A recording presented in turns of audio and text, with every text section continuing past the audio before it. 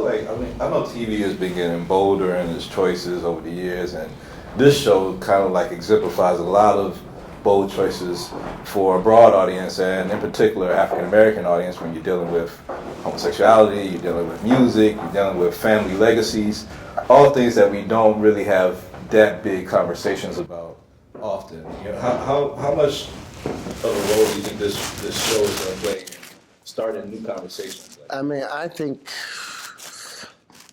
if at the end of whatever day we come on, I don't know if it's Sunday, or we come on after American Idol. What day does American Idol do? Well, we come on after American Idol.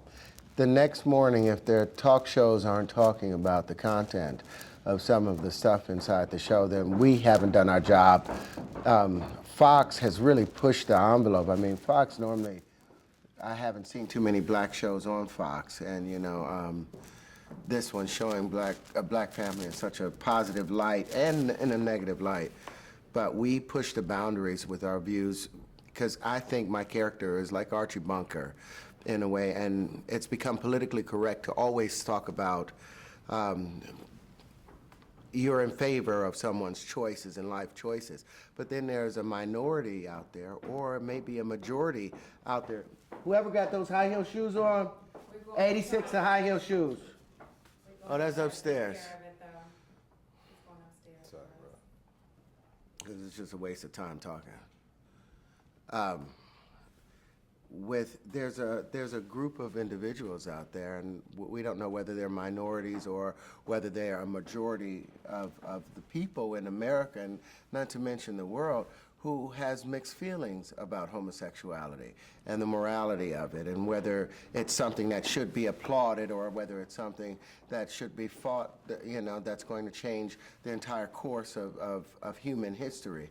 So I love the fact that my character is speaking for that unspoken group, you know, in his views about it, and he's unabashed in how he feels about it, and it would be nice to spark up conversation concerning some of those things. Do you think it's a different conversation dealing with that in the black community than it is in the majority?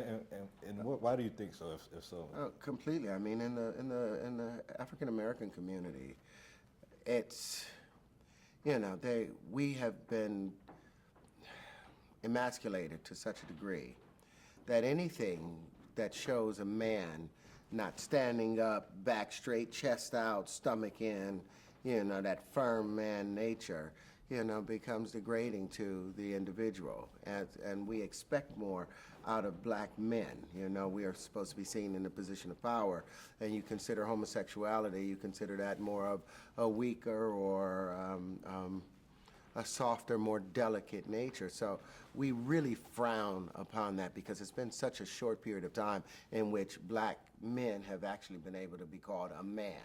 We were a boy, you know, up until pretty much near the 70s, you know, and there's still some places we're still called boy. So when anyone that doesn't want to fit the full description that society has placed on what a man is, you know, they get shut down, and we do that in a big way within the black community. I feel sorry for anyone who takes that homosexual choice in their life within the black community because, you know, you are on your own for the most part. Now there's a larger group speaking up, but, you know, that's a lonely road.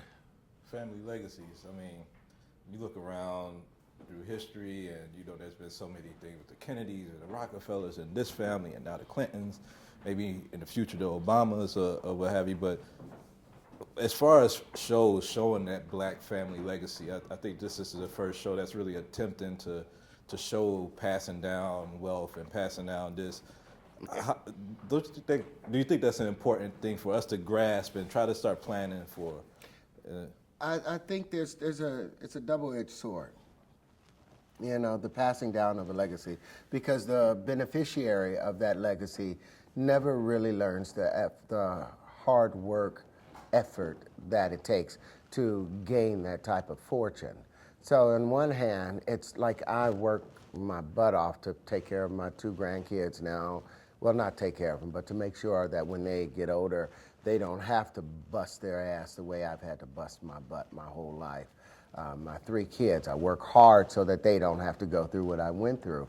But somehow I think going through what I went through gave me the strength and the fortitude to go on and accomplish as many things that I've attempted to accomplish thus far, and to continue looking for new challenges. But it's nice for you to, like King Solomon said, a man should see some good for all his hard work, and for us to be able to gain some wealth and learn how to manage it and to maintain it and to disperse it according to need, you know, not according to want. I think that's something that the Kennedys and some of these other families may have learned to do and pass down to their children, so they can appreciate and be able to have the wealth and pass that on to the next generation and the next generation. I think we need to learn that, but it's nice to see a black family with those kind of opportunities, a black billionaire family, you know, but it's a lot of hardships that come with being a billionaire. Yeah, well, great show, man. I've just seen 1 episode, but I'm like glued and waiting for Fox to launch this so I could just binge watch all of this show and fall in love with it. I know it's going to change the game for TV and for conversations coming up in the future. I mean, it gets better. You saw the edited version of what we're doing. I hope Fox allows us to stay on the air. Wow. Because the stuff is crazy. Wow. Bravo, brother. Thank you, Appreciate it. man. Thank you. Sorry.